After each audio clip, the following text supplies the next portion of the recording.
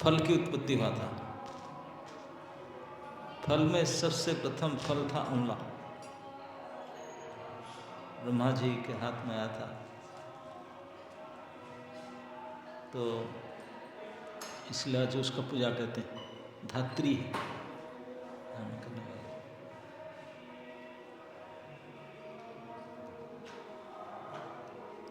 तो आज के अमृत श्लोक की चर्चा, कल हम चर्चा किए थे, इदं ते मुखम भोजम अत्यंत नीले मृतं कुंतले स्निग्ध रक्तेश्य गुप्या मुहुश्चुम्बितं बिंबारक्ताधरं में मनस्याभि रास्ता अलंग लक्ष्य लभ्ये।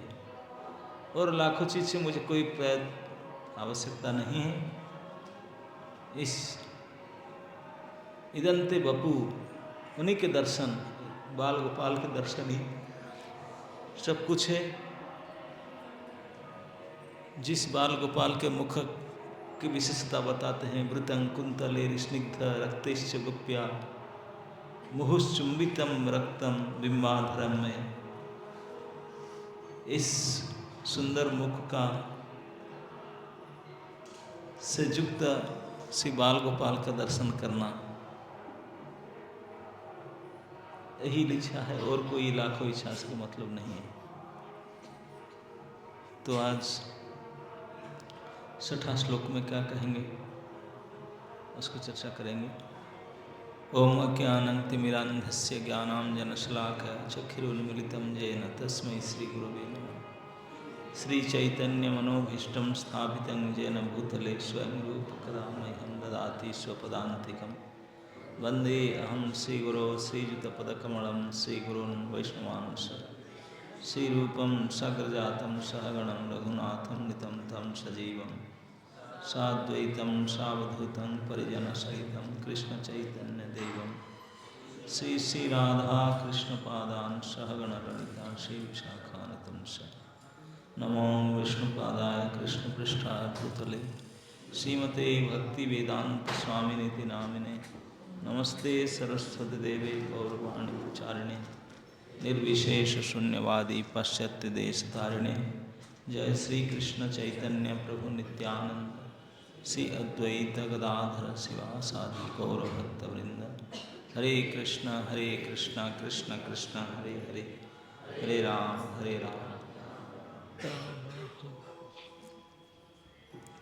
नमो देव दामोदर अनंत विष्णु। नमो देव दामोदर नमो देव दामोदर अनंत विष्णु। नमो देव दामोदर प्रसीद प्रभो दुःख जलाब्धिमग्नम्।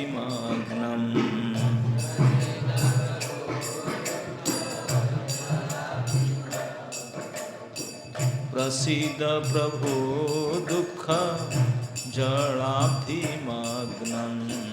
प्रसीद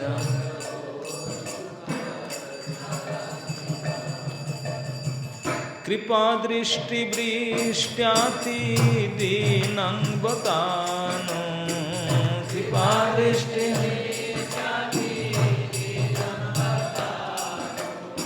कृपा दृष्टि वृष्ट्याति दीनं बतानो। कृपा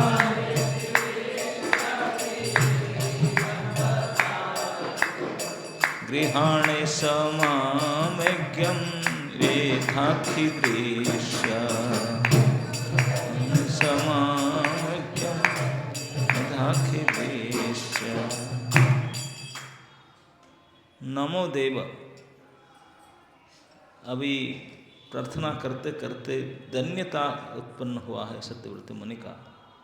दीनहीन होकर के दोबारा प्रणाम करते हैं। यद्यपि शुरुआत में पार्थिव वस्तु के प्रार्थना के शुरुआत में नमस्कार किए थे, नमामि स्वरं सच्चिदानंद रूपम, लेकिन कल तक हम चर्चा किए थे उन्होंने केवल बाल गोपाल का दर्शन नहीं चाहते थे, उसके ऊपर प्रेम भक्ति तक माधुर्य रस तक आशा करते थे। इससे पता चलता है कि उन्होंने केवल साधना करके वैकुंठ वैधि भक्ति का फल वैकुंठ प्राप्ति वो नहीं चाहते हैं। राग मार्ग में भगवान की सेवा, भगवान की संग और रसमय भक्ति, माधुरी भक्ति, सखी आदियों की दास्य भाव चाहते हैं। और इसको प्राप्ति करने के लिए और कोई उपाय नहीं संसार में। आप अन्य चीज़ को प्राप्त करने के लिए कोई मार्ग है, लेकिन कोई भगवान की दास दासी के कैंकर्यता को प्राप्त करना, क्योंकि भगवान के जो निज दास हैं ऐसा पुरुष तो कोई ले नहीं सकता।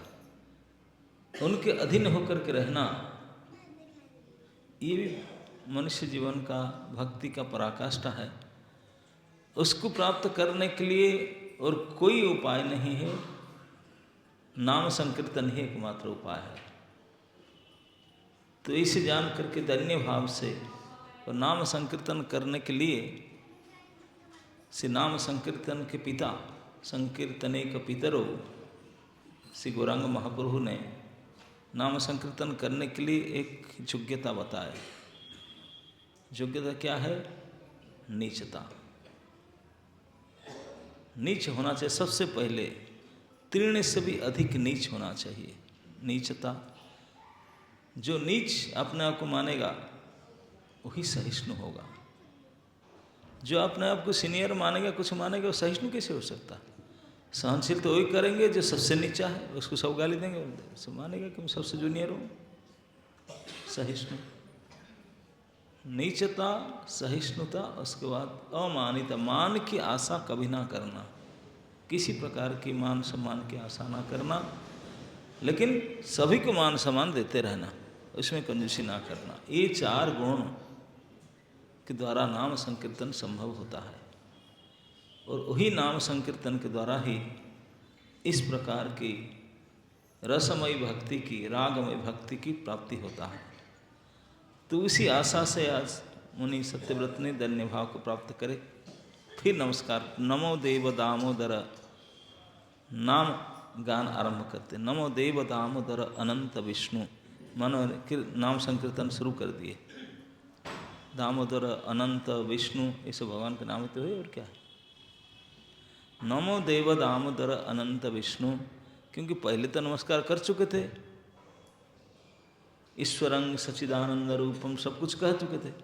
फिर हे देव दामोदर अनंत विष्णु, सब उन्हीं के नाम है। क्योंकि सत्यवर्ती मुनि कहते हैं जो मैं आशा करता हूँ, जो चाहता हूँ, वो तो केवल आपके नाम कीर्तन से ही मिलेगा। नाम कीर्तनंग अंग रूपी जो भक्ति, यही भक्ति से इसको प्राप्त किया जा सकता है। इसलिए धन्य भाव से नमो देव दामोदर अनंत विष्णु प्रसीद। देव शब्द से जो दिव्य रूप वाली देवता, तुभ्यम आपको नमः, मैं आपको प्रणाम करता हूँ। हे प्रभु, प्रभु मतलब मेरे ईश्वर, मेरे प्रभु। कौन प्रभु है? ना दामोदर, जो बंधे हुए हैं, जिनका कमर में रस्सी लगा के बंधा हुआ है, दामोदर। अनंत, दामोदर यद्यपि बंधे हुए हैं लेकिन वो अनंत भी है। यही कंट्राडिक्शन है, चर्चा करेंगे। अनंत और दामोदर दोनों विपरीत अर्थ है। विष्णु व ईश्वर, प्रसीद, कृपा करो, मैं प्रसन्न होइए। दुख जलाब्धि मग्नम, ये संसार दुख रूपी समुद्र में डूबा हुआ हूँ।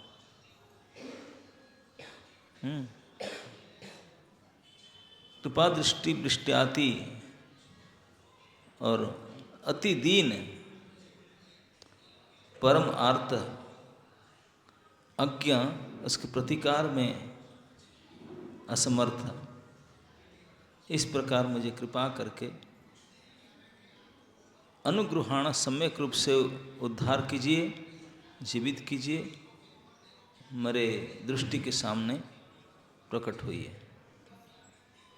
हे देव, हे दिव्य रूप वाले, हे भक्तवत्सल दामोदर, हे अचिंत्य महाशक्ति से युक्त अनंत, हे सर्वव्यापक विष्णु, हे मेरे ईश्वर प्रभु, हे परम स्वतंत्र ईश्वर, मुझ पर प्रसन्न होइए। मैं संसार दुख समूह समुद्र में डूबा जा रहा हूँ, अतएव आप अपनी कृपा दृष्टि रूप अमृत की वर्षा करके मुझे अत्यंत दीनहीन अज्ञ शरणागति जन पर अनुग्रह कीजिए एवं मुझे साक्षात रूप से दर्शन दीजिए। ये श्लोक का अनुवाद है। तो यहाँ भगवान के नाम उच्चारण के साथ में प्रार्थना करते हैं दीनहीन होकर के, प्रसीद, प्रसीदताम, प्रसीद मुझे कृपा करना,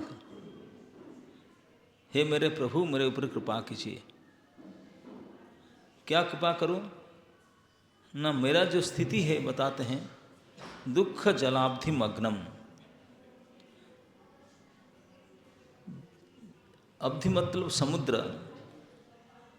इस संसार को समुद्र के साथ तुलना किया जाता है, संसार सागर। और संसार में केवल दुख ही दुख होता है। कई लोग बोलते नहीं हम सुखी हैं, किसी को पूछेंगे ना सर हाउ आर यू, क्या बोलेंगे? फाइन। और ज़्यादा पूछेंगे हम हैप्पी। लेकिन ये सब झूठ है। भगवान बोलते तू फाइन हो कैसे सकता है? बोला क्या कमी है? बढ़िया तो हूँ, सब कुछ ठीक है। भगवान बोलते हैं यही मूर्खता है। बोले मैं घर बनाया दुखालयम। ये दुनिया को कौन बनाया? जो बनाया वो साइन बोर्ड लगाया उसके समझे। सब घर बनाते हैं ना, एक अब रेसिडेंस क्वार्टर बनाते हैं, उसमें मिनिमम बाथरूम, किचन और बेडरूम ये तो बनेगा ही बनेगा नहीं। वो 3 जगह लगते हैं, ये बाथरूम है, ये किचन है, ये बेडरूम है। तो उसके नाम से ही पता चल जाएगा उसके अंदर क्या सामग्री होगा, क्या काम होगा। जो बेडरूम है वहाँ बेड होगा, सोने का व्यवस्था होगा, पलंग, रजाई, कंबल। बाथरूम होगा, बकेट, मग, साबुन, तेल ये होगा, स्नान आदि का। तो इस प्रकार भगवान ने ये ब्रह्मांड में 14 फ्लोर बिल्डिंग, ये बिल्डिंग में कितना फ्लोर है? 14 फ्लोर बिल्डिंग। हर फ्लोर का अलग अलग नाम है। ये ऑफिस रूम है, ये किचन है, ये काम। तो जो 7th फ्लोर है उसमें साइन बोर्ड टांगे है दुखालयम अशाश्वतम। छोटा अक्षर में लिखा है, बड़ा अक्षर क्या लिखा है मालूम है? बड़ा अक्षर लिखा है मृत्युलोकम, उसका नीचे लिखा है दुखालयम अशाश्वतम। तो इमीडिएट नाम उसका है मृत्युलोक। मृत्युलोक मतलब इस लोक में केवल एक ही काम होता है, मरना ही होता है। और सचमुच मरना ही होता है। जात सही ध्रुवं मृत्यु। भगवान कहते हैं यहाँ जन्म कोई लेता है तो किस लिए लेता है? मरने के लिए लेता है। यस, जन्म हुआ मतलब मरना ही होगा, इसीलिए जन्म लिया। जात सही ध्रुवं मृत्यु। ध्रुवं जन्म मृत्यु से मरेगा जन्म होने के लिए, जन्म हुआ मरने के लिए, ये दोनों काम होता है। बाकी अब जैसे रात हुआ, काल सुबह सवेरा होगा कि नहीं डाउट है, लेकिन जो जन्म हुआ उसको मृत्यु नहीं होगा, उसमें कोई डाउट नहीं, ध्रुव सत्य है। अच्छा, यहाँ केवल संसार में लोग आते मरने के लिए नहीं, यस, इसलिए तो इसको मरने का लोक कहते हैं। ये मृत्यु लोक है। देवता अगर मरने के लिए यहीं आते हैं। जैसे आप लोग स्नान करने के लिए बाथरूम में या नदी में कहीं जाते हैं, ठीक है, अन्य अन्य लोग से मरने के लिए यही आते हैं। ये मरघट्टे, मरने का स्थान है। तो यहीं आकर मर जाए तो बोले नहीं, ऐसे नहीं मरोगे। कैसे मरना होगा? दुख भोगते भोगते मरना होगा, इसलिए बोले दुखालयम। कोई बोलेगा हमको दुख तो मिलता नहीं, बोले ये तुम्हारे मूर्खता है। बोले क्या दुख है? लोग पूछते हैं क्या दुख है? हम तो ठीक ठाक खा पी के रहते हैं। बनाने वाला कहते हैं, बोले अरे मूर्ख, दुख तुझे पता नहीं, मैं बताता हूँ। मैं बनाया दुख के लिए, तू किसी बोलता दुख नहीं? बोले क्या दुख है? तो भगवान गीता में कहते हैं जन्म मृत्यु जरा व्याधि दुख दोष अनुदर्शनम। बोलते हैं यही दुख है ये चार, यही दोष है ये चार, और उसी को बार बार सोचो। अनुदर्शनम, दर्शन मतलब देखो, अनु मतलब अगेन एंड अगेन उसको देखो, कहाँ उसमें सुख है। जन्म होना कोई सुख है? कोई भी दुनिया में आप और हम हंस करके जन्म हुए? रो के खाता खोलते हैं, खाता खोलते रो, और वो भी दुनिया में जो हमारा वेलकमिंग सेरेमनी होता है, वेलकम करते हैं, 1-2 घंटा गेट के अंदर खड़ा करके आरती उतारते हैं, ऐसा नहीं है। पूरे 9 महीने उल्टी टांग एक मल मूत्र के पैकेट के अंदर टांग दिया जाता है। This is our welcoming ceremony. और हम बेशरम सोचते हैं कि हमें सुखी हो निकला है। तो बोलते कितने दुख यंत्रणा में, कितने दुख। 3रा स्कंद भागवत में भगवान कपिल ने माँ देवहूति को बताते हैं इस गर्भदशा के वर्णन। बोलते हैं जीव गर्भ अवस्था में, गर्भवास में रहते समय इतने कष्ट को प्राप्त करता है, विकल होकर के ऑटोमेटिक उनका कई जन्म का, कई जीव का तो 100 जन्म का याद आ जाता है। पिछले क्या क्या किया था, गलती तो करता है, ठीक तो कभी करता है नहीं, सब याद आ जाता है। तो ग्लानि से, दुख से जर्जर होकर के हाथ जोड़ करके प्लीज एक्सक्यूज मी, और नहीं, इस बार नहीं करूँगा, इस बार नहीं करूँगा, प्लीज। बहुत प्रार्थना करता है, नाक रगड़ करके, कान पकड़ करके प्रार्थना करता है, प्लीज प्रभु इसी बार छोड़ देने से आपका ही नाम भजन करूँगा, कभी छोड़ूंगा नहीं। भक्तिविनोद ठाकुर बहुत सुंदर लिखे इस भजन को। एक बार प्रभु दिया मोरे, इस बार आपको भजन करूँगा, प्लीज छोड़ दीजिए। जननी जठरे छिलामा जखन, तो इसको बोलते हैं। किस प्रकार से कितने दुखदायी स्थिति है, और वो तो हम भूल गए, वो भूल गए। लेकिन अगर कोई बैठ करके सोचे, आप कभी सोचते हैं कोई रूम, क्या कोई केव वगैरह होगा, गुफा वगैरह होगा? क्योंकि रूम में तो कोई खिड़की फिड़की होता है, ग्रिल फिल तोड़ जाए, कह सकते हैं। गर्भ में कोई खिड़की फिड़की होता नहीं, पूरे प्याक, हिल डोल नहीं सकते। वहाँ प्याक करके बंद करके रख दे, रुद्ध द्वार, कैसे लगेगा आपको? हाँ, कितने दुखद स्थिति है। तो ये ओपनिंग में ये दुख है, इसी को भगवान कहते हैं पहला दुख है जन्म। और जन्म मृत्यु जरा व्याधि, ये तो ओपनिंग और क्लोजिंग। वो तो उसका नाम कोई लेना नहीं चाहते, बोलते नहीं उसका नाम मत लीजिए, मृत्यु का बात ही मत कीजिए। अरे बात छोड़ देने से मरोगे नहीं क्या? मृत्यु का चर्चा नहीं करने से कोई मरने से बच जाएगा क्या? ऐसे तो नहीं है। लेकिन कितने दुखद है, सब जानते हैं। जन्म को तो भूल गए, मृत्यु को दुनिया में सारे प्राणी डरते हैं, डरते कि नहीं? महाभय इसी के लिए है, मृत्यु के लिए। तो इसलिए तो दुख है, उसको तो मानते से बोले हैं तो दुख है। बीच में जरा और व्याधि, ये कौन सा अच्छा है?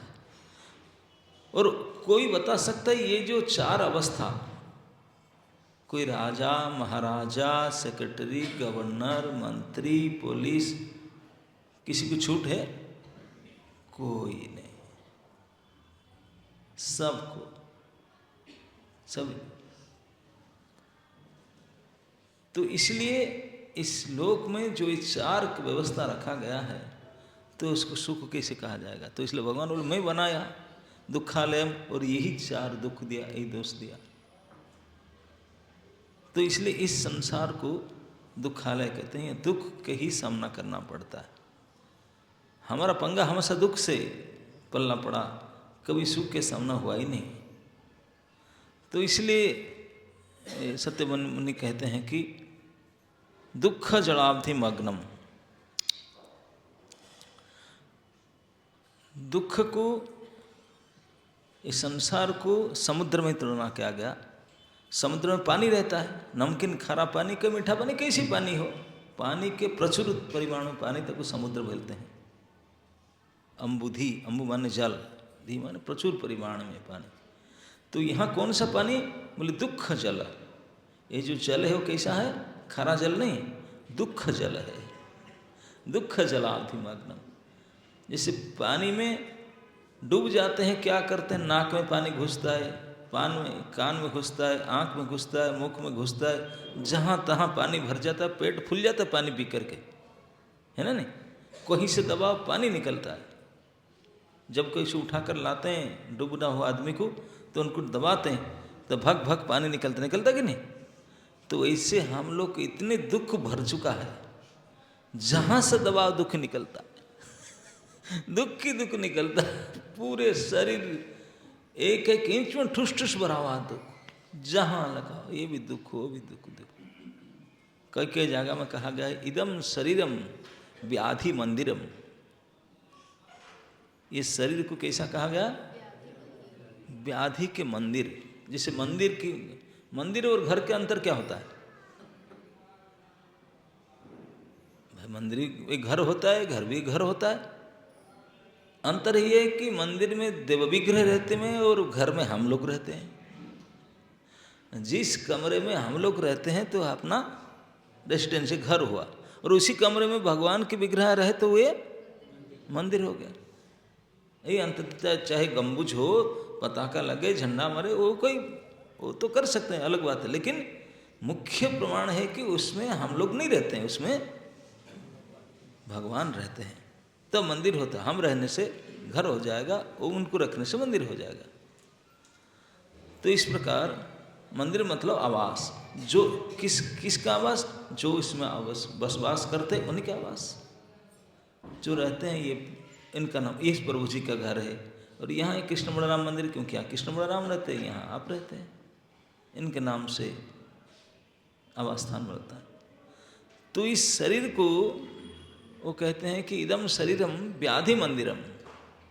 बोले शरीर में रहता कौन, मिस्टर व्याधि, यही रहते हैं। व्याधि रहते हैं, मैं रहता हूँ। बोले नहीं, तुम नहीं रहते हो, तुम व्याधि युक्त हो, व्याधि के साथ रहते हैं। व्याधि रहता है शरीर में, तुम उनका साथ हो, मैं नहीं रहता। बोले क्यों, बोले शरीर से नख से लेकर सिख तक कहीं भी लगा दो व्याधि ही व्याधि मिलेंगे, है कि नहीं। चलते समय में आज परिक्रमा करके आया, ये ब्लिस्टर निकल गया, उसके ऊपर ये हो गया, उसके ऊपर ये हुआ, उसके ऊपर ये हुआ। कहीं प्याच डालो तो दूसरी जगह में लिख, फिर वहाँ प्याच, क्योंकि उसके अंदर व्याधि भरा हुआ है और कुछ नहीं। व्याधि मंदिर है। तो इसलिए अब जहाँ से दबाव व्याधि निकलता है डाल, तो इसलिए बोलते हैं कि पानी जैसे पी करके समुद्र में, खारी समुद्र में जल से मग्न होकर डूबते रहते हैं। तो इस संसार में दुख रूपी जल से हम डूबे हुए हैं। चारों तरफ दुख घेर करके रखा है, नाक में, कान में, आँख में, ऊपर से नीचे, चारों तरफ दुख ही दुख। बोलते हैं तो दुख की बात, सुनते हैं तो दुख की बात, चर्चा करते हैं तो दुख की बात, चारों तरफ दुख ही तो दुख है, और क्या करें, रोने की आवाज़। तो इसलिए दुख जलावधि मग्नम, हे प्रभु मैं इस दुख रूपी जल, क्योंकि ये संसार इसी से भरा हुआ है, संसार सागर है, इसमें दुख जलावधि मग्नम। तो इसलिए प्रभु प्रसीद, कृपा कीजिए। कैसे कृपा करो ना, कृपा दृष्टि, कृपा करके आपके दर्शन दीजिए।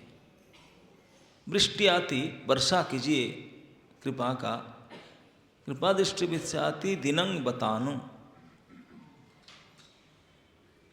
दीनंग, दीन शब्द का मतलब है, यहाँ कहते हैं दीनंग मतलब आरती, आरती समझता ना, दीनहीन आर्त, विकल होकर के आर्त। बोलते हैं कि आर्त मतलब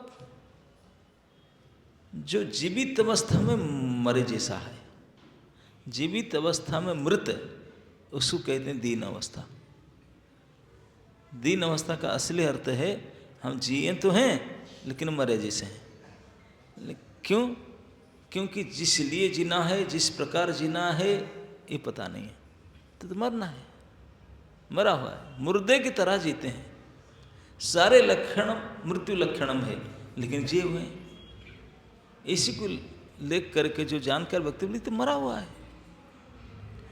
जिस लिए जीना चाहिए, जिस प्रकार जीना चाहिए, जी करके जो जो कार्य करना चाहिए, वो तो बिल्कुल उसका उल्टे कर रहे थे। बोले जीवन का उल्टा है मृत्यु, तुम मरा हुआ है, कैसे जीना कह सकते हैं?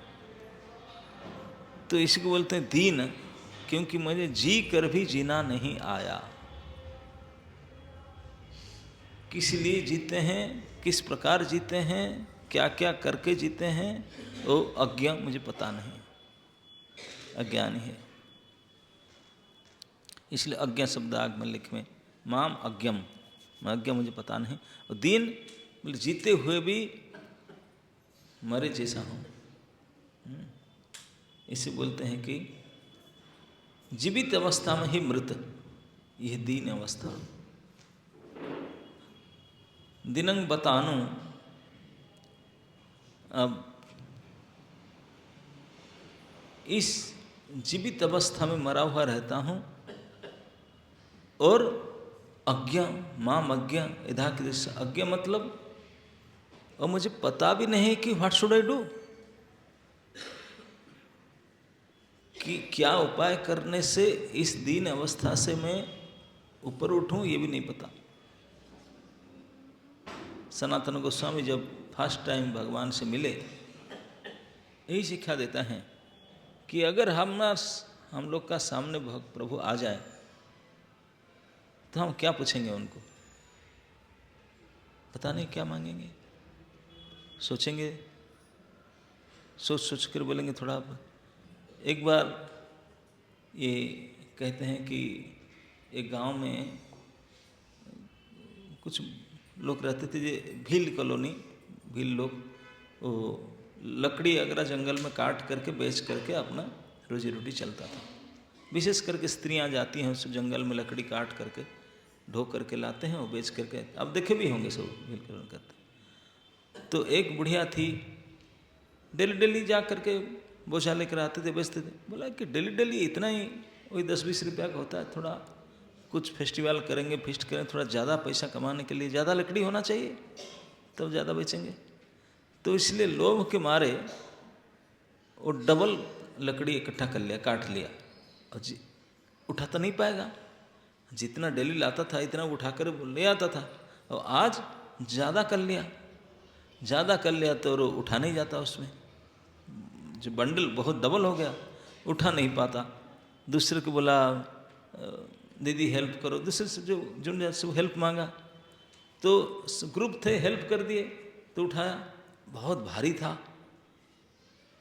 डेली डेली का जो लेता था उससे डबल लोड था।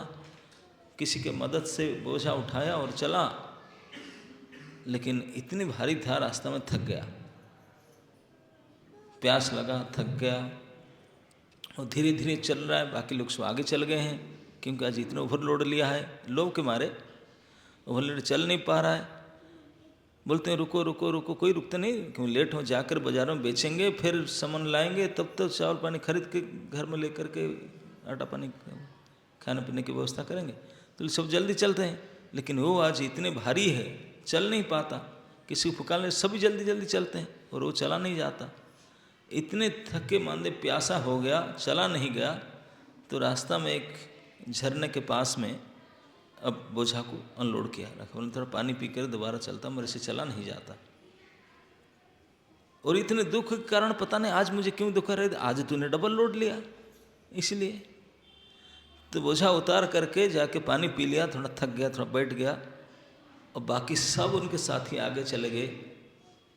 अब दिन हो रहा है, शाम हो रहा है, जल्दी जाना है, बाजार में बेचना भी है, जल्दी जल्दी बोझा उठा, अकेला उठ पाएगा? जब था दिन तभी अकेला नहीं उठ पाया, अभी कैसे उठेगा? परेशान होगा। दिन बीत रहा है, बोझा उठ नहीं रहा है। अब तो जंगल में अकेली है, तो परेशान हो गया, चारों तरफ कोई नहीं है, विकल होकर के रोने लगा। उसे बोलते हैं आरती। दीनहीन हो गया, बिल्कुल दीन भाव से आरती हो करके प्रार्थना किया। इस अवस्था में जो कोई हेल्पलेस हो जाता है ना, तो भगवान को बुलाता है आदमी। जो कोई नहीं होता, कोई होता तो फिर उनको बुलाता है, जो कोई नहीं होता तो फिर प्रभु को बुलाता है। तो प्रभु को बुलाया, विकल होकर के, बिल्कुल दीनहीन होकर आर्त चित्कार करके बुलाया, तो प्रभु आ गए। पहले प्रभु को तो देखा नहीं था, ना फोटो देखा था, ना जानता था, देखा नहीं था। प्रभु आ गए क्योंकि उनके ही बुलाया, और सर्वत्र है, वो सबको सुनते हैं। वो आ गए, किसी भी रूप लेकर आए उनके सामने। बोले मैया क्या बात है? ना बाबा बहुत तेरा भला हो आया, थोड़ा क्या करो ना, अरे बोझा थोड़ा हाथ लगा दो, सर में उठा दो थोड़ा। भगवान हंसने बोले मैया तुम मुझे बुलाया, तो सोचो मुझे बुला ना, बेटा देख टाइम खराब मत कर, शाम हो रहा है, जल्दी उठा दो बोझा बेटा। भगवान फिर बोले मैया सोचो तो सही, तुम मुझे बुलाया, बोझा उठाने के लिए बुला रहा है ना, और किसी लिए बुलाया ना, तुम मुझे बुलाया, मैं तो कुछ भी कर सकता हूँ ना, क्या कर सकते ये बेकार बकबात मत करो, मुझे बोझा उठाओ। भगवान बोलते मैया तो मुझे बुलाया, मेरा जन्म जन्म का तेरा दुख सुधार सकता हूँ, तेरे जितने बोझा उठाते बोझा उठाना कभी नहीं पड़ेगा, सब कितने करने बोले। वो बोलता है कि फालतू बकवास मत करो, टाइम शाम हो रहा है, तो सारे चले गए, इसलिए मैं अभी तक नहीं जा पा रहा हूँ, तो ऐसे फिलोसफी मत करो, बोझा उठा दो। 3 बार भगवान पूछे, देखो मैया बाद में पछताओगे नहीं, मैं तेरे सामने खड़ा हूँ, बोलो मैं कुछ भी करने के लिए तैयार हूँ। मैया गाली दिया, देखो चले जाओ, मेरा दिमाग खराब मत कर, मैं ठाकुर जी को बुलाया मुझे बोझा उठा देने के लिए, तू इतने बार बार पूछता रहे कि मैं ही आया, ये कर दूँ, क्या कर दूँ, बोझा तो नहीं उठा रहे, क्या कर दूँ, गाली देने लगा। भगवान बोले भैया ठीक है, गुस्सा मत कर, दो उठा देता हूँ। बोझा उठा कर भगवान चले गए, वो आया। यही है हम लोग का दशा। अगर भगवान को कहीं सामने देखेंगे भी, बातचीत करेंगे भी, तो बोलेंगे थोड़ा और लोड दे दो मुझे उसी को ढो करके मरूं मैंने, यही मांगते हैं। हमारा बुद्धि इतने तक है, बोलेंगे और लोड चढ़ा दो, हम इसी को ढो करके मरे। वही मांगा। भगवान 3 बार पूछे, मैया मुझे बुलाया, मैं हूँ सामने, और बुलाया भी था भगवान को, लेकिन भगवान स्वयं भगवान सामने थे। 3 बार डांट कर गाली देकर बोला तू क्या हो गया भगवान को, उठाओ बोझा उठा दो मेरे सर में, मैं जा रहा हूँ। हम लोग का सब बुद्धि इतने तक है। तो इसी को कहते हैं कि दीन हो करके पुकारा, और अज्ञा, ये पता ही नहीं कि कैसे इसे उधार पाए इस दुख से। तो सनातन गोस्वामी जब महाप्रभु से मिले सबसे पहले बार बनारस में, तो महाप्रभु तो राम के लिए मिले थे पहले उसको ज़्यादा, लेकिन बातचीत नहीं हुआ था थोड़े समय। जब यहाँ अच्छा से मिले, प्रणाम किए उनके, तो सनातन गोस्वामी बोले प्रभु केवल मुझे दर्शन करके बुला लिया पास में उधर, इससे काम नहीं चलेगा, कुछ मुझे उपदेश दे करके मेरा कल्याण कीजिए। मैं बहुत हेवी डिजीज्ड हूँ, मेरा बीमार बहुत कड़ा है, केवल दर्शन से काम नहीं चलेगा, ऑपरेशन करना पड़ेगा मुझे। तो बोले क्या? तो सनातन गोस्वामी बोलते हैं कि के आमी के न आमाय जारे तापत्रय, यहाँ नहीं जानी आमी के मन ही तो है। सीधा सीधा 3 क्वेश्चन पूछे। के आमी, मैं कौन हूँ मुझे पता नहीं है। बोलते हैं कि सारे दुनिया में मुझे सब लोग बोलते हैं कि राजमंत्री सनातन महापंडित, मुझे पूरे दुनिया में अगल बगल में सब सम्मान करते हैं, माला पहनाते हैं, बोलते महापंडित करके, और मैं भी मानता हूँ कि मैं पंडित हूँ करके। लेकिन सच बताऊँ, पंडित करके मानता हूँ, लेकिन मुझे नहीं पता है कि मेरे आईडी प्रूफ क्या है। मुझे ये पता नहीं कि वास्तव में मैं कौन हूँ। मैं कौन हूँ, बोलते हैं कि मैं कौन हूँ। जैसे आपको कोई पूछा जाए, हम क्या तुरंत दिखाते हैं, आधार कार्ड, फोटो परिचय, मैं हूँ। ये जो फोटो है, ये क्या सचमुच हमारा परिचय है, हमारा फोटो है? नहीं, ये फोटो हमारे कैरी बैग का फोटो है। कैरी बैग समझते हैं ना? हाँ, हम जिसमें कैरी किया जाते हैं, इसका फोटो टांग करके घूमते हैं। वो इसी को उल्लू लोग देखते हैं, हम उनको दिखाते भी हैं हमारा पहचान के लिए। लेकिन हमारा फोटो खींचने के लिए कोई कैमरा अभी तक बनाया नहीं। आत्मा का फोटो कौन खींचेगा? कोई खींचा नहीं जा सकता। तो संत बोलते अभी तक मुझे पता नहीं कि मैं कौन हूँ। अगर मैं बोलता हूँ कि मैं शरीर हूँ, अगर कोई माने कि मैं शरीर हूँ, शरीर की फोटो दिखाते हैं, तो अगर शरीर हो तो मानसिक क्लेश क्यों होता है? समझते हैं ना? 3 प्रकार का कष्ट होता है, एक दैहिक शारीरिक कष्ट, एक मेंटल अगोनी मानसिक कष्ट, और फिर दैविक। बोले 2 तो निश्चित रूप से है, शारीरिक और मानसिक। तो इसको बोलते हैं कि अगर मैं शरीर हूँ तो मानसिक कष्ट क्यों होता है? मन तो मैं है ही नहीं, मानसिक टेंशन क्यों होता? तो बोले नहीं नहीं नहीं, शरीर तो उसको कहते हैं असली तो मन ही हो, मन ही सार है। बोला अगर मैं मन हूँ तो शारीरिक पीड़ा क्यों होता मुझे? तो अगर मन शरीर दोनों नहीं और कुछ हो तो ये दोनों क्यों हो रहा है? तो कृष्ण नहीं कर पाए कि मैं क्या हूँ, मैं शरीर हूँ या मन हूँ, न मन और शरीर से परे और कुछ हूँ, ये भी नहीं पता। यह नहीं जाने, बोले मैं नहीं जानता हूँ मैं कौन हूँ। और अगर मैं कुछ हूँ तो निश्चित रूप से मैं कभी दुख पाना नहीं चाहता। कोई दुखी होना चाहते हैं? नहीं चाहते। बोला कभी भी कोई प्राणी कस्मिन काले दुख नहीं चाहता, तो दुख क्यों मिलता उसको? के न आमाय जा रे तापत्रय, 3 प्रकार का दुख मिलता ही है, दैविक, आत्मिक, भौतिक, 3 प्रकार के नाम किस लिए मुझे दुख मिलता है? और उसको पूछ कर आगे कहते हैं यहाँ नहीं जानी आमी के मन हित है। बोले उसके अलावा ये भी मुझे पता नहीं कि क्या करने से मेरा हित होगा, रियली मेरे कल्याणकारी काम क्या है, नौकरी करूं या ना करूं, यहाँ जाऊं या ना जाऊं, ये करूं या ना करूं, ये नहीं पता मुझे। क्या करने से मेरा भला होगा, आई डोंट नो। और बोले आगे मैं तो इतना पूछा, आगे जो कुछ मैं पूछ नहीं पाया, पूछना आता नहीं, आप तो सर्वज्ञ हैं और सब कुछ जान करके मुझे उत्तर दे दीजिए।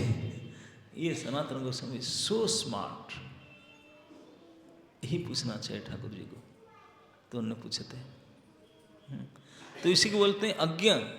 बोलते हैं एक तो संसार दुख जल थी, जहाँ दुख रूपी पानी भरा हुआ है, जो समुद्र, दुख समुद्र है ये संसार में, उसमें डूब रहा हूँ, दुख में, और कैसे उसमें निकलूँ ये भी पता नहीं है। इसको बोलते हैं अज्ञा हूँ, अज्ञानी, कोई ज्ञान नहीं है निकलने का। इसीलिए आप तो देख पाते हैं मेरा दशा एधाक्षी दृश्य। अक्षी दृश्य का मतलब मेरे सामने आप आइए, मैं आपको देख करके मेरा कल्याण हो जाएगा। और इसलिए मैं आपको नमस्कार करता हूँ। हे देव, आप दामोदर है और अनंत है। मैं बताता ना, ये दोनों शब्द विपरीत अर्थ बोधक है, क्योंकि दामोदर शब्द का अर्थ है दाम उदरे जस्य स दामोदर। दाम मतलब रस्सी, उदर मतलब कमर व पेट। आपके कमर में रस्सी बांधा हुआ है। अच्छा, कमर में रस्सी बंधेगा मतलब आपके चारों तरफ एक रस्सी बेस्टन किया गया, तब तो बंध पाएंगे। और आगे कहते हैं अनंत। अनंत का मतलब जिनका कोई सीमा नहीं हो सकता, अंत नहीं हो सकता, उसको बेस्टन कैसे कोई कर सकता? इसीलिए तो 2 अंगुल कम पड़ता था, क्योंकि अनंत असीम है, उनका कोई चारों तरफ सीमा हो ही नहीं सकता। लेकिन फिर बंद कैसे गए? नहीं बनते तो दामोदर नाम नहीं होता। जब दामोदर है, बंधे हुए हैं, तो फिर अनंत किस प्रकार होंगे? लेकिन फिर भी दोनों है भगवान में। यही भगवान में सारे विपरीत चीज घटता है। अणोरणीयाम महतो महियान, सब कुछ भगवान में घटता है।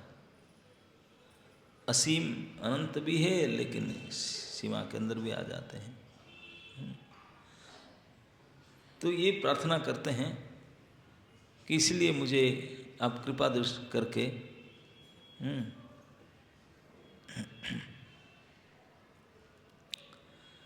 इस प्रकार स्तुति के प्रभाव से सद्य उत्पन्न प्रेम विशेष के कारण साक्षात दर्शन की इच्छा करने वाले सत्यव्रत मुनि दर्शन के विषय में नाम संकीर्तन ही परम साधन मानते हुए कातरता पूर्वक दर्शन की प्रार्थना करते हैं। नमः इत्यादि, नमः इत्यादि कहते हैं। हे प्रभु, हे मेरे ईश्वर, मेरे ऊपर प्रसन्न होइए। उस प्रसाद का वर्णन कर रहे हैं कि मैं सांसारिक अथवा आपके अदर्शन से उत्पन्न दुख की परंपरा रूपी अवधि में निमग्न हूँ, अतः अतिहीन अर्थात परम आर्त हूँ, सत सहाय रूप साधन आदि से रहित परम अकिंचन अथवा जीते हुए मृत्यु हूँ, मरे जैसे हूँ, उस पर भी अज्ञ हूँ, कुछ पता ही नहीं उपाय, अर्थात उसके प्रतिकार आदि के विषय में अनभिज्ञ, मुझे कृपा करके निरीक्षण की परंपरा। देखिए, एटलीस्ट सत्यव्रत मुनि ही स्पीकिंग द ट्रूथ, अपने सही स्थिति को बताते हैं। इसी को बोलते हैं, जो अपने सही स्थिति को बताते हैं, किसी को तो कोई मदद करेगा। आपको कोई बीमारी है, डॉक्टर के पास गए, आपको पेट में दर्द हो जाए, बोलते मेरा हेडेक हो रहा है, बीमारी ठीक होगा? नहीं। तो इस प्रकार हमारी जो वास्तविक स्थिति उसी को बताना चाहिए। तो यहाँ पर कहते हैं कि सत्यव्रत मुनि दामोदर भगवान को प्रार्थना करते हुए अपनी सत्य बात बताते हैं कि मैं दीन हूँ, मैं अज्ञ हूँ, ये दुख जलधि में दुख संसार में डूबा हुआ हूँ, ये सत्य बताते हैं। लेकिन अगर हम किसी को बोला जाए, ये किसी को पता नहीं, इतने अज्ञ हैं, दीन तो है ही नहीं, अहंकारी हैं, बताया नहीं। इसको बोलते हैं कि कैसे किसी को मदद करेगा? कोई मदद करने के लिए हेल्प मांगना पड़ेगा, लेकिन हेल्प मांगेंगे नहीं तो बोलेंगे कि ना okay, how are you? I am fine. Fine तो फिर हेल्प क्या चाहिए आपको? जो फाइन है, जो ओके है, ओके बोलते ना फाइन को, तो ओके रहो, फिर हेल्प क्या चाहिए? लेकिन यहाँ सत्यव्रत मुनि ओके नहीं कहते हैं, बोलते ना मैं बहुत दुखी हूँ, और कैसे कैसे दुखी हुई बात बताते हैं। लेकिन हम लोग दुखी मानते नहीं। उसी को बोलते हैं कि जो सोया हुआ है उसको कोई जगा सकता है, लेकिन जो सोया नहीं, सोने का नाटक कर रहा है, उसको कोई जगा सकता है? क्योंकि सोया ही नहीं हो, उसको जगा नहीं सकते। तो ये दशा हम लोग का है। हम दुखी हैं, सुखी होने का नाटक करते हैं, दिखाते हैं, दो दांत निकाल कर हंस कर बोलते हैं आई am fine, so nice, happy. बिल्कुल नकली है। तो इस प्रकार जानबूझ करके जो दिखाएगा, नाटक करेगा, तो उसको कैसे कोई मदद करेगा? तो मदद कर ही नहीं सकता। तो इसलिए बिल्कुल गुह्यम आख्याति पृच्छति, सच बात को खोल करके, मुझे ना सत्संग मेरा पास है, सत्साधन से हीन है, आपके दर्शन से वंचित हूँ, मैं आपके दर्शन से वंचित हूँ, आपकी कृपा से वंचित हूँ, ये सारे सच्चाई बात खोल करके प्रार्थना करना पड़ेगा भगवान के पास। आज सत्यव्रत मुनि प्रार्थना करते करते श्रृंखला में इस दीनता को मांग करके बिल्कुल हार्ट ओपन करके बोलते हैं अपनी स्थिति को कि हे दामोदर, हे अनंत, हे विष्णु, हे मेरे प्रभु, हे देव, नमो देव दामोदर अनंत विष्णु, प्रसीद, प्रभु कृपा कर। क्यों न मैं कृपा के योग्य हूँ? क्योंकि दुख जलाब्धि मग्नम, इस दुख जल की सागर में मैं डूब रहा हूँ, प्लीज हेल्प मी। अब कृपा दृष्टि वृष्टि दिनंग बतान, कम से कम कृपा का दृष्टि तो कीजिए। ये दीनहीन है, इतने अवस्था खराब है और पता भी नहीं कि मैं कितने दिनहीन हूँ और उसमें उठने का उपाय भी नहीं, अज्ञ हूँ, मामेज्ञ। इसलिए कृपा। इस प्रकार के अपनी सच्चाई को स्वीकार करते हुए जब प्रार्थना करेंगे, प्रार्थना किसको करेंगे? जो आपको मदद कर सकता है। आपको मेडिसिन चाहिए, सब्जी मंडी में जाएंगे, मिलेगा? नहीं, जो चीज का आवश्यकता वो जिसका पास है उनका पास जाना पड़ेगा। विश्वास होना चाहिए कि ही एक्चुअली कैन हेल्प मी। मुझे ये परेशानी है, ये व्यक्ति मुझे मदद कर सकता है, ये पूरा ज्ञान होना चाहिए कि आदमी के पास ये है जो मुझे चाहिए। धन चाहिए, धन है, बल चाहिए, बल है, समर्थ चाहिए, सब कुछ उनका पास है, तो उनका पास जाने से काम बनेगा। ऐसा कोई व्यक्ति है दुनिया में जिनके पास जाने से निश्चित रूप से काम बनेगा? एक्सेप्ट कृष्ण कोई नहीं है, कोई नहीं है। यहाँ तक कि कोई देवी देवता तक भी नहीं बचा सकते, नहीं बचा सकते। देवाधिदेव महादेव। अब ये रावण भी उनके शिष्य था ना, रावण, कंस, भूतपति का, कितने सब बड़े बड़े असुर बहुत पावरफुल थे उनके, लेकिन मारे गए।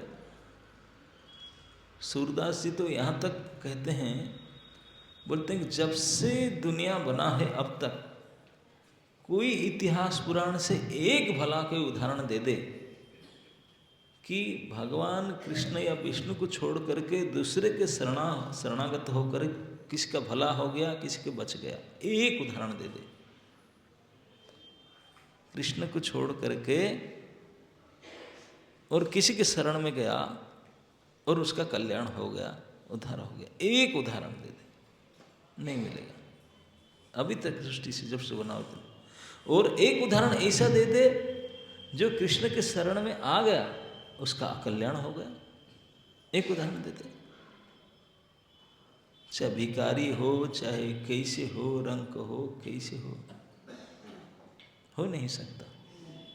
बाकी देवी देवता के पास जाकर कितने महान बड़े पोस्ट पोजीशन सब कुछ हो सकता है, लेकिन मारे जाएंगे सब। लेकिन जो भगवान की शरणागत है, किसी भी अवस्था में उसका अकल्याण, उसका नाश नहीं हो सकता, कभी नहीं हो सकता। अभी तक के लिए कोई ऐसा प्रमाण एक भी नहीं है। फिर भी इसको जान करके लोग भगवान के शरण में नहीं आते, उससे बढ़कर आश्चर्य क्या हो सकता है। इतने मूर्ख है, एक भी प्रमाण नहीं मिलेगा, एक भी नहीं, फिर भी भगवान पास नहीं। तो इसलिए सर्वसमर्थ शरणम शरण्यम भगवान के एक नाम है, वही शरण्य है। शरण देने के योग्य केवल वही है, हर प्रकार से, हर स्थान पर शरण देने में योग्य है। एक कथा आता है महाभारत में।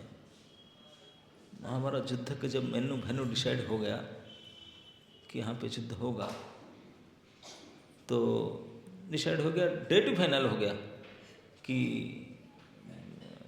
एकादशी के दिन लड़ाई होगा। एक धर्मक्षेत्र चुने, लड़ाई के वेन्यू क्या होगा, धर्मक्षेत्र में लड़ेंगे। धर्मक्षेत्र में कब, कौन से दिन लड़ेंगे, डेट? बोले मुख्य प्रदायिनी एकादशी के दिन। बोले कम से कम ये तिथि ऐसा है, उसमें मरेंगे तो मुख्य पाएंगे।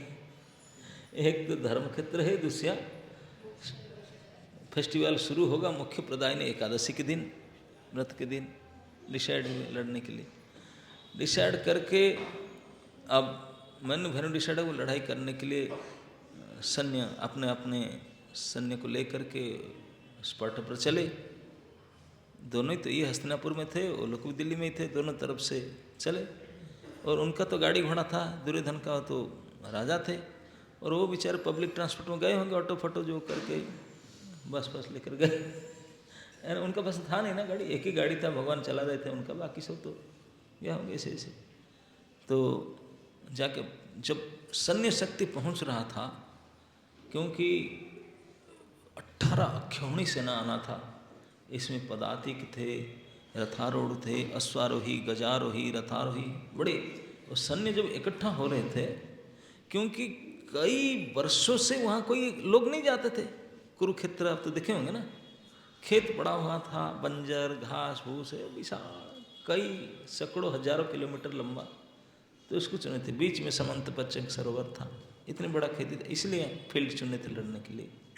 हजार हजार लाखों सैनिक, घोड़े, हाथी, क्या सब लगेगा, इतना फील्ड था। तो वहाँ एक चिड़िया रथा था, टिटिहारी। टिटिहारी पक्षी बोलते हैं कि एक प्रकार के चिड़िया होते हैं, छोटे छोटे भूरे रंग का। वो लोग ज़्यादा पेड़ में नहीं रहते हैं, वो घास फूस में रहते हैं, उड़ते हैं पक्षी है, लेकिन वो अंडा देते हैं पेड़ में नहीं, घोंसला नहीं करते। उनका घोंसला होता है कोई नीचे घास अगर होता ना, उसके पास वो अपने घोंसला बनाते हैं, वही अंडा देते हैं, वही अपने परिवार चलाते हैं। तो टिटिहारी पक्षी ने, उनको पता था कभी से वहीं रहता था बेचारा, कोई लोग जाते नहीं थे अपने, बिल्कुल फील्ड पड़ा था उसके घास के पास में, ओके सरकंडा, सरकंडा घास के बीच में अपने अपने क्वार्टर था उनका, वही रहता था, अंडा भी दिया था वहाँ। अब हठात दशमी के दिन उनको बहुत कोलाहल सुना, बोले कि ये साउंड क्यों आ रहा है। आपने घोंसला से उठ करके, घास से उठ करके देखा, बाप रे बाप, बड़े बड़े रथ चल रहा है, हाथी घोड़े पदातिक चल रहे हैं, झंडा तलवार सब अस्त्र शस्त्र ले करके। तो डर गया, कभी देखा नहीं था। बोले ये क्या हो गया, इतने सारे लोग इतने भारी से क्यों आते हैं। बेचारा अल्प शक्ति चिड़िया, छोटा सा, कितना शक्ति होगा, हाथ पैर तो है नहीं, छोटी छोटी दो। तो उसको देख करके डर गया, चिल्लाने लगा, टी टी टी टी करने लगा, कौन सुने उसको। सब जहाँ, और वो लोग उसी रास्ता पर आ रहे थे जहाँ उनका घर था।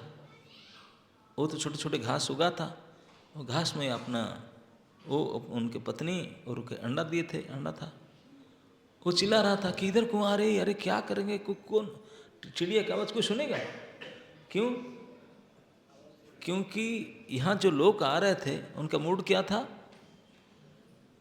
मरना या मारना, ये दोनों ही प्रोजेक्ट लेकर आए थे, या मारूंगा या मरूंगा। और ये कि चिड़िया मर जाए कोई सोचेगा उसके लिए, हु केयर्स। तो ये टी टी टाटा आवाज़ कोई नहीं सुनता, वो तो धुआंधाड़ सब इस भाव में चले आ जा रहे हैं। भाग्य बहुत जोर था कि कई रथ घोड़े हाथी निकल गए, उनके अंडे के ऊपर किसी का पैर भी पड़ा नहीं, कुचले नहीं है। अगर कुचल भी जाता कोई देखता भी नहीं था, मोड़ करके कुछ मोड़ गया कुचल गया, कोई नहीं देखता, कोई पुलिस केस भी नहीं होता। लेकिन उनके लिए तो भाई, जिसने कोई एक महाराजा सम्राट भी अपने कुमार के लिए जितने चिंतित रहता है, जितने स्नेह प्रेम रखता है, एक छोटा सा चींटी अपने शावक के लिए भी इतने ही प्रेम, इतने संबंध रखता है, उसमें कुछ कम नहीं होता। तो बेचारे अपने एकमात्र अंडा था, बहुत चिंतित था, कैसे बचाओ, क्या करूं, इतनी बड़ी बड़ी गाड़ियां चल रहे हैं, हाथी घोड़ा क्या। लेकिन अभी तक कितने गुजर गए हाथी घोड़ा रथ, लेकिन किसी के चक्का के नीचे, कि पैर के नीचे आया नहीं था। अब लेकिन कम नहीं हो रहा है, आता जा रहे हैं, आते जा रहे हैं, हजारों हजारों। अब तो देखा कि ऊपर जा रहे हैं, तो उनको संभाल ले, तो उड़े ऊपर, अंडा को छोड़, अंडा को तो उठा के ले जा नहीं जा सकते। दोनों पति पत्नी चिड़िया ऊपर उड़ने लगे, ऊपर उड़कर खूब मंडरा देखे, और क्या करेंगे, वो तो इतने चले जा रहे, चल करके वहीं टेंट लगाकर बैठे, सब बेचारे उतर नहीं पाए। वही घास ऐसी था, अंडा वहीं था, लोग सब टेंट लगा करके सजा कर बैठ गए, वो बेचारे उड़ कर घर छोड़ कर चले गए, घर तक नहीं वापस आए। रात तक वापस आ रहे थे, देखे कि फिर भी इतने सारे लोग इकट्ठा हुए, वापस चले गए। चिंता में पड़ा है कि हमारा अंडा क्या होगा, अंडा क्या होगा। रात भर 2 बार आए रात में, लेकिन फिर भी देखे इतने भीड़ ही, वापस चले गए, बड़ी चिंता में थे। दूसरे दिन सुबह सुबह आए, सुबह सुबह आए तो बहुत दूर चले गए थे, आए तो देखे कि दोनों तरफ से बिल्कुल व्यूह रचना करके, व्यूह समझते ना, अपने अपने व्यूह सजा करके सैन्य बिल्कुल लड़ने के लिए तैयार, और शंखनाद हो रहा है। तो आए थे, जब आकर के उतर रहे थे, शंखनाद होने लगा।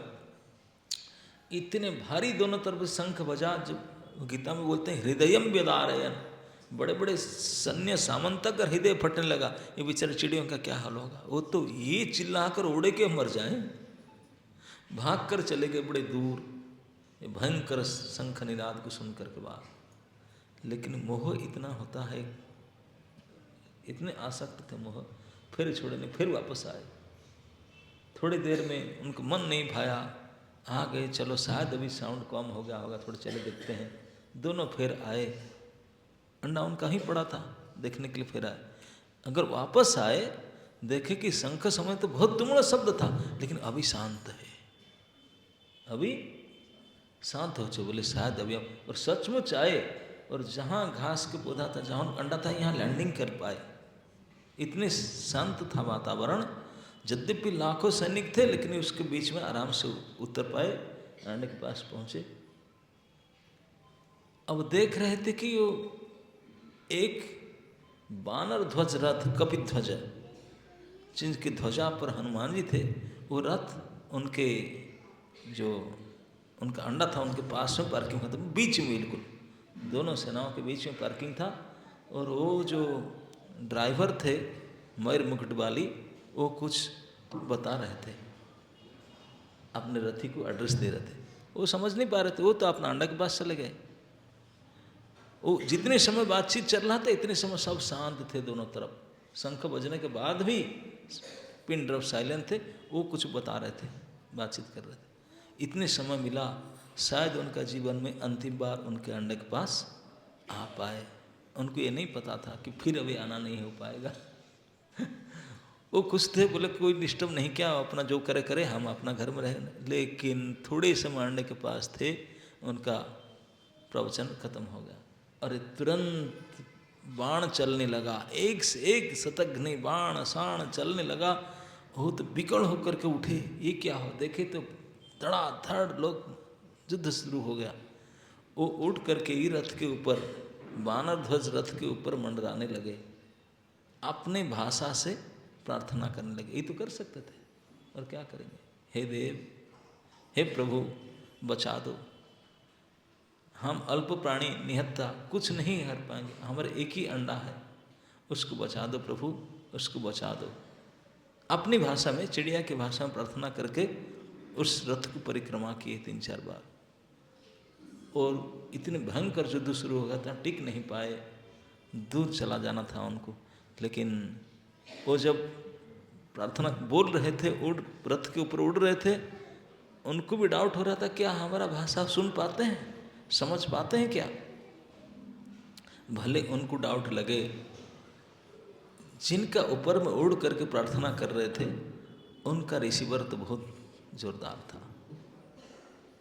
उनको कहा जाता है कि चाहे कहीं भी, जल के अंदर, पहाड़ के चोटी में, जंगल में, मरुभूमि में, कहीं भी कोई चींटी भी अपनी भाषा में बिना साउंड सिस्टम में अगर बोले, तब भी सुन लेते हैं। जितने कोई वेद के ऋचा संस्कृत भाषा में पढ़ता है, संकल्प पाठ कर पढ़ता है, उसको जितने ध्यान से नहीं सुनते, उनसे भी ज़्यादा ध्यान से को आरती जीविका अपनी भाषा को सुन लेते हैं। उनको लिंग्विस्टिक सब भाषा आता है, और सारे टोन को समझ लेते हैं, हृदय व्यथा सुन लेते हैं। वो सुन लिए थे, सुन कर की एक दृष्टि देख भी लिए थे। घोड़ा खींचती गाड़ी, गांडी धारी अर्जुन के रथ को चलाते हुए, इन जो टिंटी करे आवाज़ करे परिक्रमा कर रहे थे, रथ के ऊपर मंडरा रहे थे, एक नज़र दृष्टि उनको देख लिए थे, वो ड्राइवर ने देख लिए थे। लेकिन उनको क्या विश्वास था, ये देख लेते। लेकिन उनके जो एक दृष्टि, ये जीवन को सार्थक करने के लिए समर्थ था। वो उड़ के चले गए दूर, खूब भारी लड़ाई से दूर चले गए। उन बेचारों को पता नहीं था कि अभी 18 दिन तक आना संभव नहीं है। और सचमुच उस दिन जो युद्ध हुआ भयानक, युद्ध में तो एक दौड़ करके घोड़ा, गाड़ी, रथ इतने तेजी से चलता है, इतने तेजी से बाण चलाते हैं। वो तो बेचारे ऊपर से देखे, बोले क्या खत्म सब कुछ। लेकिन इस मयूर मुकुटी ड्राइवर ने सुन लिया था उनके प्रार्थना। युद्ध शुरू हुआ, भयानक एक दूसरे को बाण शाण चलाते हैं। एक हाथी था भगदत्त का, नरकासुर का, यहाँ भगदत्त राजा था उनका बेटा, नरकासुर का बेटा भगदत्त। तो उनका एक हाथी था, वहाँ विशाल गज था, 10 सहस्र गज का बल रखता था। उनके गले में एक स्वर्ण घंटी टंगा था, उन्होंने टनों ओजन का था, सोने का घंटी, टंग टंग घुमाते महाहस्ती गज आ रहा था। भगवान तुरंत बोले, अर्जुन सावधान, न सखा क्या, नहीं हाथी आ रहा ना महाहाथी, उसके गले में जो घंट टंगा है उसको निशाना करो। अर्जुन सोचा हाथी को मार डालो, लेकिन प्रभु बोलते हैं हाथी को नहीं, उसके घंटे को निशाना करो, उसमें क्या करूँगा, घंटे के काट कर मुझे क्या मिलेगा। लेकिन क्यों पूछना चाहता था, बोला पूछने में टाइम खराब होगा, मेरा कर्तव्य है उनका ऑर्डर मानना। करी से वचन था, वो अभी भी बात दिया, फिर पूछूं क्यों। अभी अभी बोलना खत्म किया, फाइनल ऑर्डर था, मैं जवाब दिया कि आप जो बोलेंगे वही करूँगा। करी से वचनम, तब अभी मुझे बोल रहे हैं कि उसका घंटा काट दो, ये स्वर्ण श्रृंखला को निशाना करे, काट दो तुरंत। पार्थ बोला जब मैं वचन दिया हूँ अभी जो बोलेंगे वही, उनका तुरंत बाण मारा, झन करके कट गया वो सोने का चेन। ये टन भरे सोने का जो घंटा धम करके गिरा। अर्जुन ही भूल गया पूछने के लिए, भाई क्यों उसको गिरा, क्यों काटो। युद्ध में इतने टेंशन में था, पूछवे नहीं, भूल गया। घंटा गिरा, हाथी आके दौड़े चला गया फिर दूसरे के साथ, क्योंकि भीष्म द्रोण कर्ण सबको सामना करना पड़ता था। एक एक सेकेंड असावधान होने से गला कट जाए, इतने चौकने से। कौन घंटा किस लिए गिरा, किस लिए प्रभु ने बोले घंटा काट दो, किसी पता नहीं, घंटा कट गया सचमुच, पर किसी को ध्यान नहीं था। 18 दिन तक प्रतिदिन रात में आते थे वो चिड़िया, आकर देखते थे जो घमासान लड़ाई, कितने हजारों सैकड़ों डेढ़ बड़ी हाथी घोड़े चिहरते थे, कभी किसी का गला कटता था, हाथ कटा था, लोग चिल्लाते थे, कितने मरते थे, रक्त का नदी बहता था। वो तो देख करके पागल होकर चले जाते थे। गया हमारा अंडा तो पता भी नहीं चलता, वहाँ हिस्ट्री ज्योग्राफी चेंज हो गया, पता भी नहीं चलता कहाँ हमारा अंडा है, क्योंकि वो पहचान नहीं होगा। जो घास फूस था और है ही नहीं, उसका अभी लैंडमार्क चेंज हो चुका है। वहाँ तो कोई रथ गिरा हुआ है, कोई घोड़ा, कोई हाथी गिरा है, ब्लड सशक्त कितने क्या, बिल्कुल रो रो कर वापस आते। 18 दिन तक रो रो कर जा रहे थे, लेकिन पता नहीं वो प्रार्थना सुन, वो सोच रहे थे कि हमारा प्रार्थना बेकार हो गया, कोई सुना नहीं, हम बोल कर आए थे। लेकिन ये घंटी जो गिरा था, बिल्कुल जो अंडा था ना उसी के ऊपर धम करके गिरा था। और 4-4 इंच की 6-6 इंच जमीन में धस गया था, बिल्कुल चारों तरफ घस गया था। चारों तरफ कई फीट के ब्लड के भल भल ब्लड बह रहा था नदी, लेकिन उसका अंदर ब्लड नहीं जा पाया, क्योंकि इतने हेवी टाइट था, वाटरप्रूफ बिल्कुल। और उसके अंदर जितना पहले ब्लड और थोड़ा पानी घास में लगा था, यही रहा चारों तरफ बिल्कुल प्याकअप। जैसे आप जानते हैं कोई अंडे को मैच्योर करने के लिए उसको इसे कोई हीटिंग रखना होता ना, इतने आवश्यकता होता है। तो भगवान को पता था 18 डेज का इतने टेम्परेचर का उनको चाहिए। भगवान ने बिल्कुल इतना ही किए, इसलिए महाभारत युद्ध भी 18 दिन करा दिए, बोले कि अंडे पक जाए टाइम पर। नहीं तो 19-20 दिन शायद हो सकता, बोले नहीं उनका टाइम हो गया, अभी से ख़त्म कर दे। तो 18 दिन में बिल्कुल पक चुका था, 18 डेज में।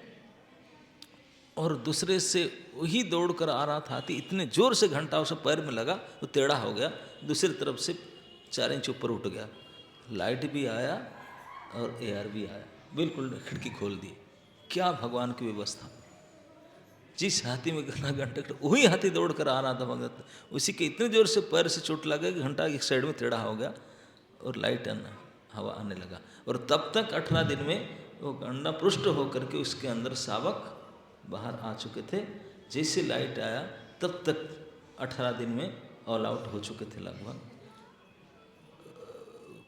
युद्ध पूरा हो चुका था। और आज 19th डे में जो पक्षी शावक जो पेयर, जो टिटिहरी दंपति उड़ कर आए, उनको ढूंढना नहीं पड़ा, उनके बेटा उनके भाषा में बोल करके बाहर निकल रहा है। वो देख लिया, अरे यही घूम रहा है, तो और जाके पहचाने बिल्कुल फुल प्रूफ सिस्टम में उनका अंडा भी रखा है, उससे निकल करके वही आवाज़ निकल रहा है। उनको विश्वास नहीं हो रहा था कैसे हो पाया। भले वो टिटिहरी दंपति पखी नहीं समझ पाए, लेकिन जो समझने वाला तो वो समझाया ना, जो व्यवस्था किया है वो कराया।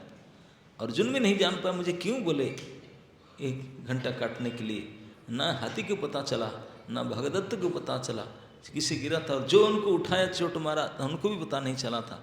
यही से व्यवस्था करते हैं ठाकुर जी हमारे। लेकिन उन निर्गुण को वो किसी का नहीं, जो उनको एक बार प्रार्थना करता है उनके काम कर देते। नहीं तो सब समझते हैं, अपेक्षा करते हैं, मुझे बोलेगा तो मैं करूँगा। तो इसलिए प्रार्थना की आवश्यकता है। अगर हम प्रार्थना करें तो ऐसा हो नहीं सकता कि अनसुनी हो जाए। और प्रार्थना करने के लिए ज़रूरत नहीं कि संस्कृत भाषा में करो, आप अपनी भाषा से करो। वो भाषाग्राही नहीं है, भावग्राही है। अपने भाव को जान लेता है और इमीडिएट एक्शन ले लेते हैं। और कैसे लेते हैं, it is beyond our conception. हम सोच भी नहीं सकते किस प्रकार करेंगे, लेकिन अवश्य कर डालेंगे।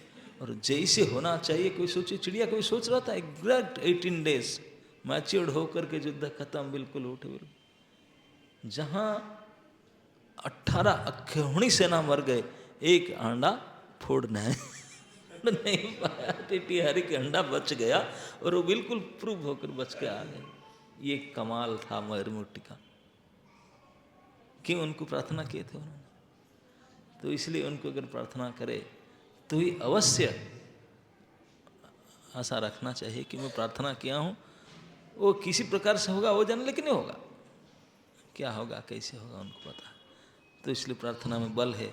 तो इसलिए सत्यव्रत मुनि आज 6ठा श्लोक में इतने उनको करके बढ़ गया कि अब मेरे पास कुछ नहीं, केवल नाम कीर्तन के द्वारा करुण दीन प्रार्थना, आपने सच्चाई व्यक्त करना है कि मैं दुखी हूँ, मैं दीन हूँ, मैं अज्ञ हूँ। उनकी सच्चाई को खोल करके प्रभु जी के पास प्रार्थना करे, प्रभु कृपा करो, प्रसीदतांग में, प्रभु कृपा करो, मैं इस स्थिति में हूँ। कृपा दृष्टि वृष्टि आती दिनंग बतानो, कृपा की दृष्टि प्रदान करो। और क्या करेंगे, आपकी दृष्टि ही इतना बड़ी, मैं बोला ना, एक दृष्टि उनका पड़ जाए तो जीवन सफल हो जाए। उनकी दृष्टि पड़ा तो एक बार सत्यव्रती मन, एक दृष्टि मेरे ऊपर आ जाए आपका, कहीं से भी एक नज़र। इसीलिए हम जगन्नाथ जी को प्रार्थना करते हैं, जगन्नाथ स्वामी नयन पथगामी भवतु में, एक बार आपके नयन पथ में आ जाए, दैट्स इट, फिर कुछ नहीं। यही आशा रख करके दीन भाव से सत्यव्रत मुनि प्रार्थना करते हैं। फिर कल सुनेंगे कल क्या क्या करते हैं, है ना। हरे कृष्ण।